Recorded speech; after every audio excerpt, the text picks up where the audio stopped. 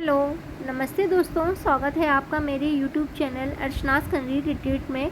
तो आज है गुरु पूर्णिमा, तो आप सभी लोगों को गुरु पूर्णिमा की ढेर सारी शुभकामनाएं। तो आज मैं बनाने वाली हूँ सबकी फेवरेट और यूपी की मशहूर चना दाल बिढ़ई। लेकिन आज की वीडियो में एक ट्विस्ट है। मेरे हस्बैंड को बिढ़ई बिल्कुल भी नहीं पसंद है, ना बिढ़ई पसंद है, ना अरबी की सब्ज़ी पसंद है। तो मैंने उसी चना दाल की स्टफिंग से उनके लिए एकदम खस्ता और मसालेदार चना दाल पराठा हम बनाएंगे। तो आप इस मटेरियल को दो चीज़ों में यूज़ कर सकते हैं। एक तो बिढ़ई में भी यूज़ कर सकते हैं और दूसरा चना दाल पराठा में भी हम यूज़ कर सकते हैं। यानी कि आज एक ही मसाले से हम दो अलग अलग स्वादिष्ट नाश्ते बनाकर करेंगे तैयार। तो चलिए वीडियो को शुरू करते हैं। तो आप लोग देख सकते हैं कि ये जो चना दाल थी वो मैंने इसको अच्छे से बॉईल कर लिया था। 3-4 पानी से वॉश कर लीजिएगा और उसके बाद में आप इसको उबाल लीजिएगा। चना दाल को गलने में थोड़ा टाइम लगता है, इसलिए आप इसको मीडियम आंच में ही बॉईल करिएगा और 5 से 6 प्रेशर आने दीजिएगा। और तब तक मैंने इधर एक तरफ डो लगा कर रख दिया था। तो लगभग मैंने 1 कटोरी आटा ले लिया है और इस आटे को थोड़ा सा गीला मारिएगा, बहुत ज़्यादा मतलब हार्ड मत रखिएगा, थोड़ा सा गीला मारिएगा। और तब तक मैंने इधर क्या किया है कि 2 प्याज ले लिए हैं, थोड़ा सा अदरक ले लिया है, 4 से 5 कलियाँ लहसुन की ले ली हैं और 1 से 2 हरी मिर्च ले ली हैं। इन सबको हम बारीक बारीक सा चॉप कर लेंगे।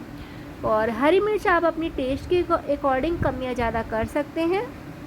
और अगर आपके पास में हरा धनिया हो तो ज़रूर ऐड कर दीजिएगा, क्योंकि हरा धनिया से टेस्ट काफ़ी अच्छा आता है। हरा धनिया जब हम बारीक बारीक से काट के डालते हैं ना, तो उससे ये जो चने की दाल का पराठा है वो काफ़ी टेस्टी बनता है। चाहे आप पराठा बोलिए या फिर बिढ़ई बोल लीजिए। और एक ही मटेरियल से आज हम 2 तरीके की चीज़ें हम बनाकर करेंगे तैयार। क्योंकि मेरे हस्बैंड को बिढ़ई नहीं पसंद है, इसलिए मैं उनके लिए चना दाल पराठा बनाकर करूँगी तैयार। और तो आप लोग देख सकते हैं कि इसके बाद में मैंने थोड़ा सा अदरक मैं ग्रेट करके डाल रही हूँ। अदरक डालने से भी काफ़ी अच्छा टेस्ट आता है, इससे थोड़ा सा कद्दूकस कर लीजिएगा अदरक को। तो बस आप लोगों से बात करते करते ये मैंने सारी तैयारी कर ली है। और जो लोग बिढ़ई खाते हैं वो इसी तरीके से बिढ़ई बना लेंगे, मतलब चना दाल भर के। आप इसकी जगह रोटी भी सेक सकते हैं और जो लोग पूड़ी खाना पसंद करते हो वो पूड़ी भी सेक सकते हैं। तो मैंने सारी चीज़ों को चॉप कर लिया है और चॉप करने के बाद में मैं इसी में ही ये जो दाल थी, चना दाल थी, वो मैंने इसको मैश कर ली है। और बहुत फाइन पेस्ट नहीं बनाना है। अगर 3 से 4 दाने खड़े रह भी गए तो उसमें कोई टेंशन की बात नहीं है, रहने दीजिएगा, क्योंकि उससे भी काफ़ी अच्छा टेस्ट आएगा। और बस हमने दाल को मैश कर लिया था, इसी कुकर में ही मैश कर लिया है। और मैश करने के बाद में मैंने इसमें थोड़ा सा सब्ज़ी मसाला ऐड किया है। आप सब्ज़ी मसाला इसमें आधा चम्मच डाल दीजिएगा। और उसके बाद में मैं सॉल्ट ऐड कर रही हूँ। सॉल्ट आप अपने टेस्ट के अकॉर्डिंग कम या ज़्यादा कर सकते हैं, जैसा भी आप खाना पसंद करते हो। बस एक चीज़ का ध्यान रखिएगा, क्योंकि भी सॉल्ट आप उसी हिसाब से डालिएगा, क्योंकि भी सारी चीज़ें जो आपने चॉप करके रखी हैं ना, प्याज है, हरी मिर्च है, धनिया वगैरह, वो भी इसमें ऐड होना है, तो उसी हिसाब से सॉल्ट डालिएगा। और बस इसके बाद में मैंने क्या किया है, थोड़ी अजवाइन ले ली है और अजवाइन को मैं हाथ से थोड़ा सा मसल रही हूँ। और मसलने के बाद में मैं इसमें दाल में ऐड कर दूँगी। तो इससे क्या होगा कि जो खुशबू है बहुत अच्छे से एब्ज़ॉर्ब हो जाएगी हमारी दाल में। और इसके बाद में मैंने ये जो सब सारी चीज़ें काट के रखी थी ना, अदरक है, लहसुन है, प्याज है, हरी मिर्च है, हरा धनिया है, वो सारी चीज़ों को मैं इसी दाल में ही ऐड कर लूँगी।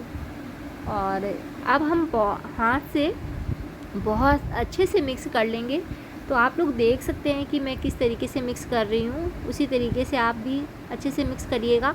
और आप स्पून की मदद से मत करिएगा, क्योंकि स्पून से आप करेंगे ना मिक्स, तो क्या होगा ना कि कहीं अच्छे से मिक्स होगा और कहीं नहीं होगा। तो कोशिश करिएगा कि आप हाथ से ही मिक्स करिए, क्योंकि हाथ से जब हम कोई चीज़ मिक्स करते हैं ना, तो पूरे अच्छे से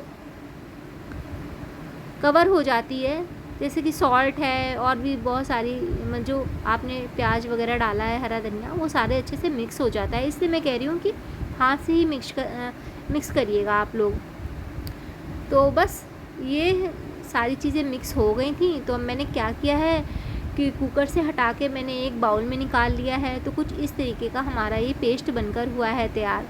देखिए चना की जो दाल है ना बहुत ज़्यादा गीली है ना बहुत ज़्यादा सूखी है। कुछ इस तरीके से हमारा ये डो बनकर हो रहा है तैयार। क्योंकि आप चना की दाल में पानी उतना ही डालिएगा जितना कि एब्ज़ॉर्ब हो जाए। जैसे कि अगर आपकी 1 कटोरी चना दाल है तो लगभग आप इसमें 2 कटोरी पानी ऐड करेंगे, ठीक है। 2 कटोरी से ज़्यादा मत ऐड करिएगा, नहीं तो क्या होगा कि आपकी जो चना दाल है वो काफ़ी गीली हो जाएगी, फिर आपको भरने में प्रॉब्लम होगी।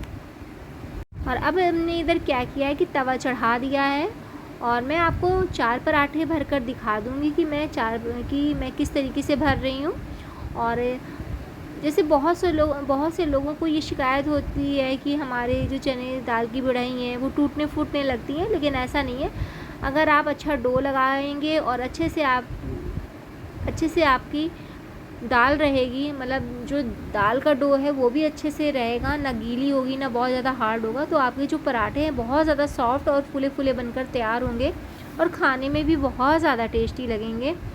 तो ये जो जितने भी पराठे हैं मैं फटाफट से लोइयाँ मैंने काट ली हैं और फटाफट से मैं इसको बेल लूँगी और बेलने के बाद में हम इसको भर लेंगे। तो सारे पराठों को हमें इसी तरीके से भर लेना है। और उसके बाद में जब आप मतलब इस पराठे को जो लोई है जैसे भरने के बाद में हमने इसमें दाल रखी, दाल भरने के बाद में हम साइड से इसको पूरा अच्छे से मतलब कवर कर देंगे। और जो ऊपर का आटा होगा ना वो ध्यान से इसको हटा दीजिएगा, क्योंकि क्या होगा आप अगर ऊपर का आटा आप हटाएंगे नहीं तो कहीं मोटा रहेगा कहीं पतला रहेगा आपका पराठा। इससे कह रही हूँ कि थोड़ा सा हटा दीजिएगा। इससे क्या होगा आपके पराठों का स्वाद है वो और अच्छा आएगा और देखने में भी अच्छे लगेंगे और खाने में भी अच्छे लगेंगे, ठीक है। और इसी तरीके से हम सारे पराठों को बेलकर कर लेंगे तैयार। तो ये जो छोटी छोटी सी बातें हैं, छोटी छोटी जो स्टेप हैं वो हमें ध्यान रखने हैं, जिससे कि आपके चना दाल बढ़ई ना टूटे ना फूटे, किसी तरीके की कोई प्रॉब्लम नहीं है और पराठे आपके अच्छे से बनकर हों तैयार। तो देखिए मैं आपको दिखा रही थी कि मैंने सारे पराठे बेलकर कर लिए हैं तैयार। वैसे तो मुझे और भी बनाने हैं, पर मैं अगर बहुत सारे आपको दिखाने लगूँगी तो वीडियो बहुत ज़्यादा लंबा हो जाएगा।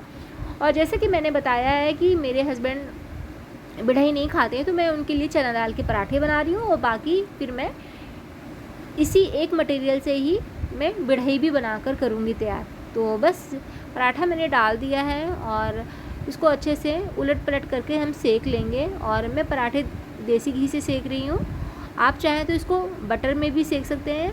और बटर हो या फिर देसी घी हो, इससे सेकने पे जो पराठे का स्वाद है वो और भी अच्छा हो जाता है, टेस्ट 2 गुना बढ़ जाता है। और अगर आप नहीं देसी घी से सेकना चाहते हैं तो आप इस जगह रिफाइंड का भी यूज़ कर सकते हैं, या जो भी ऑयल आप खाना पसंद करते हो उसके हिसाब से आप इससे सेक लीजिएगा। और जैसे कि मैंने आपको बताया था हस्बैंड के लिए हम पूड़ी की जगह पराठा बनाएंगे। पराठे में भी वही स्टफिंग भरकर हल्के हाथों से हम बेल ले रहे हैं और तवा पर थोड़ा सा देसी घी लगाकर दोनों तरफ से क्रिस्पी होने तक सेक लेंगे। अगर आपके घर में भी कोई तला हुआ खाना कम पसंद करता है या फिर जो कोई बढ़ई नहीं खाता है तो आप उसकी जगह इस तरीके से पराठा बनाकर कर सकते हैं तैयार। तो आप लोग देख सकते हैं जो हमारे पराठे हैं वो कितने फूले फूले से बनकर हो रहे हैं तैयार। और जब आपका डो सही लगता है और स्टफिंग अच्छे से रहती है ना, बिल्कुल अच्छे तरीके से तैयार रहती है, तो आपके पराठे भी एकदम फूले फूले बनकर होते हैं तैयार। और जैसे कि मैंने बताया था कि सबको यही शिकायत रहती है कि पराठे की दाल बाहर निकल कर चली जाती है, लेकिन आप लोग देख सकते हैं कि मैं किस तरीके से पराठे बना रही हूँ, बिल्कुल भी दाल नहीं निकली है साइड से और कितने अच्छे से हमारे ये पराठे बनकर हो रहे हैं तैयार। तो आप मेरे बताए तरीके से बनाएंगे तो आपके पराठे बहुत ज़्यादा स्वादिष्ट बनेंगे और आपके पराठे टूटेंगे फूटेंगे कहीं से भी नहीं। लेकिन सेम इसी तरीके से आप बनाइएगा। तो चलिए आप लोगों से बात करते करते ये मैंने पराठों को सेक लिया है। कुछ इस तरीके से हमारे पराठे हो गए हैं तैयार। तो चलिए बनाने तो फ्रेंड्स मुझे और भी पराठे हैं, लेकिन मैं अभी आपको केवल 4 ही पराठे बेल के और सेक के दिखा रही हूँ। और बाकी मेरे यहाँ इसी दाल से बढ़ई बनेंगी, तो बाद में मैं बढ़ई बनाऊँगी।